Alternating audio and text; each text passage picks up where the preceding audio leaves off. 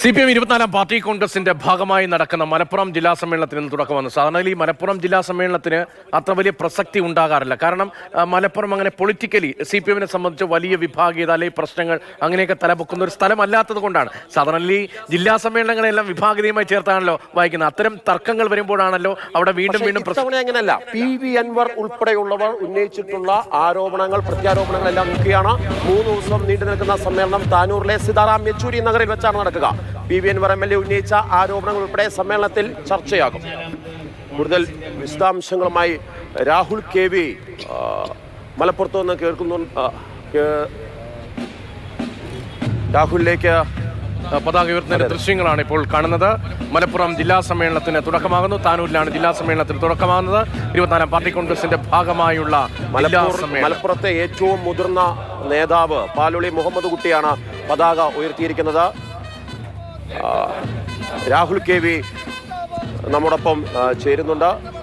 നിരവധി വിഷയങ്ങൾ ഉയർന്നു നിൽക്കുന്ന ഒരു ജില്ലാ സമ്മേളനത്തിനാണ് രാഹുലെ മലപ്പുറത്ത് തുടക്കമാകുന്നത്. നമുക്കറിയാം, മലപ്പുറം പൊതുവെ സാധാരണ രീതിയിൽ ശാന്തമായി തന്നെ പൊയ്ക്കൊണ്ടിരുന്ന ഒരു ജില്ലാ സമ്മേളനങ്ങളും പാർട്ടിയിലെ ജില്ലയിൽ തന്നെയും ഒരു ശാന്തമായ രീതിയായിരുന്നുവെങ്കിൽ ഇത്തവണ അങ്ങനെയല്ല. കഴിഞ്ഞ 2ാം പിണറായി സർക്കാരിൻ്റെ തെരഞ്ഞെടുപ്പുമായി ബന്ധപ്പെട്ട് തന്നെ അവിടെ വിഭാഗീയ പ്രവർത്തനങ്ങളുണ്ട് എന്നുള്ള പ്രശ്നമുണ്ട്. മറ്റ് സംസ്ഥയുമായിട്ടുള്ള ബന്ധം, ന്യൂനപക്ഷ വോട്ടുകളുടെ വിഷയം, ഇവയെല്ലാം തന്നെ മലപ്പുറത്തെ പാർട്ടിയെ കൂടുതൽ പ്രതിസന്ധിയിലാക്കുന്നുണ്ട്. ജില്ലാ സമ്മേളനം തുടങ്ങുന്നു. എന്തൊക്കെയാണ് അവിടെ നിന്നുള്ള പുതിയ വിവരങ്ങൾ?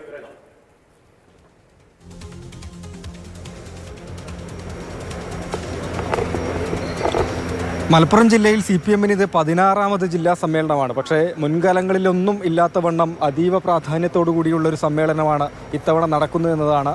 പതാക ഉയർന്നു കഴിഞ്ഞു. മുതിർന്ന അംഗം പാലോളി മുഹമ്മദ് കുട്ടിയാണ് സമ്മേളന നഗരിയിൽ പതാക ഉയർത്തിയിട്ടുള്ളത്. PB അംഗം A വിജയരാഘവൻ അല്പസമയത്തിനകം സമ്മേളനം ഉദ്ഘാടനം ചെയ്യുകയും ചെയ്യും. നമ്മൾ ഈ പറഞ്ഞതുപോലെ തന്നെ PV അൻവർ ഫാക്ടർ തന്നെയാണ് ജില്ലാ സമ്മേളനത്തിലെ ഏറ്റവും പ്രധാനപ്പെട്ട വിഷയമായി ഉയർന്നു വരിക എന്ന കാര്യത്തിൽ സംശയമില്ല. ഇടതുപക്ഷ MLA ആയിരിക്കുകയാണ്. പാർട്ടിക്കും നേതൃത്വത്തിനും പോലീസിനും സർക്കാരിനുമൊക്കെ ഒന്നടങ്കം രൂക്ഷ വിമർശനം PV അൻവർ ഉന്നയിച്ചിരുന്നത് എന്നതാണ്. അപ്പോൾ ആ വിഷയങ്ങളെല്ലാം വളരെ സജീവമായി തന്നെ ചർച്ചയായി വരും. ഏതൊക്കെ രീതിയിലാണ് വിമർശനങ്ങളൊക്കെ ഉയർന്നു വരിക എന്നത് മാത്രമാണ് ഉറ്റുനോക്കുന്നത് എന്നുകൂടി. ഒപ്പം തന്നെ ഈ താഴെ സമ്മേളനങ്ങളിലൊക്കെ ഈ തിരഞ്ഞെടുപ്പ് വരുന്ന സമയങ്ങളിൽ പൊതു സ്വതന്ത്രരെ സ്ഥാനാർത്ഥികളാക്കി നിർത്തുന്നു, പക്ഷേ വലിയ ഭൂരിപക്ഷത്തിൽ തോൽപ്പിച്ചെടുക്കുന്നു എന്ന വിമർശനം താഴേക്കിടയിലുള്ള സമ്മേളനങ്ങളിൽ ഉയർന്നു വന്നിരുന്നു. അണികൾക്കിടയിൽ അത്തരത്തിലുള്ള വികാരമുണ്ട്. ഈ വിഷയവും ജില്ലാ സമ്മേളനത്തിൽ വളരെ സജീവമായി തന്നെ ചർച്ചയായി വരും എന്നുകൂടിയാണ് നമ്മൾ മനസ്സിലാക്കുന്നത്. ഈ മലപ്പുറത്തെ ഒരു പൊളിറ്റിക്കൽ സാഹചര്യമെല്ലാം സ്വാഭാവികമായും അവിടുത്തെ ന്യൂനപക്ഷ രാഷ്ട്രീയവുമായി ബന്ധപ്പെട്ട് മലബാറിലെ പൊതു സാഹചര്യമെല്ലാം ഈ ജില്ലാ സമ്മേളനത്തിൽ വിലയിരുത്തപ്പെടും. അക്കാര്യങ്ങളിൽ പുതിയ നിർദ്ദേശങ്ങളൊക്കെ വരുമെന്ന കാര്യം ഉറപ്പാണ്. പക്ഷേ ഈ ലോക്സഭാ തെരഞ്ഞെടുപ്പ് ശേഷം മാർഷൽ വലിയ പ്രധാനപ്പെട്ട പരാജയത്തിന് കാരണം പ്രധാനമായും ആഭ്യന്തര വകുപ്പിന്റെ പരാജയമാണ്, വീഴ്ചയാണ് എന്ന ചർച്ച പൊതുവിൽ വരികയും അക്കാര്യം സംസ്ഥാന നേതൃത്വം അംഗീകരിക്കുകയും ചെയ്തതാണ്.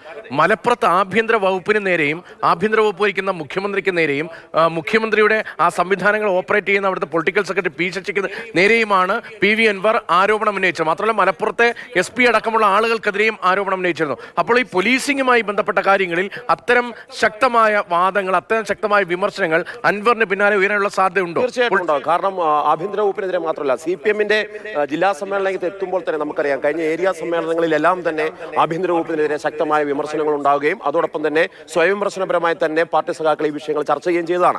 എന്ന് മാത്രമല്ല, PV അൻവർ ഉണ്ടാക്കിയിട്ടുള്ള പ്രശ്നങ്ങൾ അതിന് ഒരു പരിധി വരെയൊക്കെ പാർട്ടി പ്രതിസന്ധിയിലായിട്ടുണ്ട്. പാർട്ടി തന്നെ അതിനെ എതിർക്കുകയാണ്. അത്തരം പല വിഷയങ്ങളും ഇതിനകത്ത് വരാനുണ്ട്.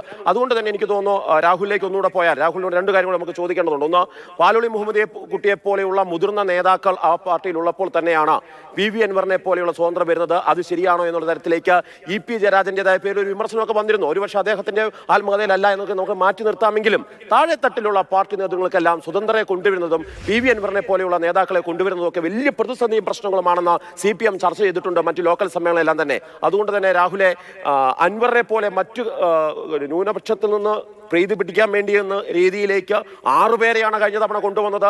ആ 6 പേരിൽ തന്നെ പലരും പാർട്ടിയുടെ രീതികളുമായി പൊരുത്തപ്പെട്ട് പോകുന്നില്ല എന്നെല്ലാം ചർച്ചയുണ്ട്. ഈ പാർട്ടി കോൺഗ്രസിലേക്ക് എത്തും മുമ്പ് തന്നെ ഇത്തരം കാര്യങ്ങളെല്ലാം ഒരു തീരുമാനം ഉണ്ടാകുന്ന ഒരു മാർക്സിസ്റ്റ് ലെനിനിസ്റ്റ് ചർച്ച ഉണ്ടാകുമെന്ന് പ്രതീക്ഷിക്കാമോ നമുക്കവിടെ?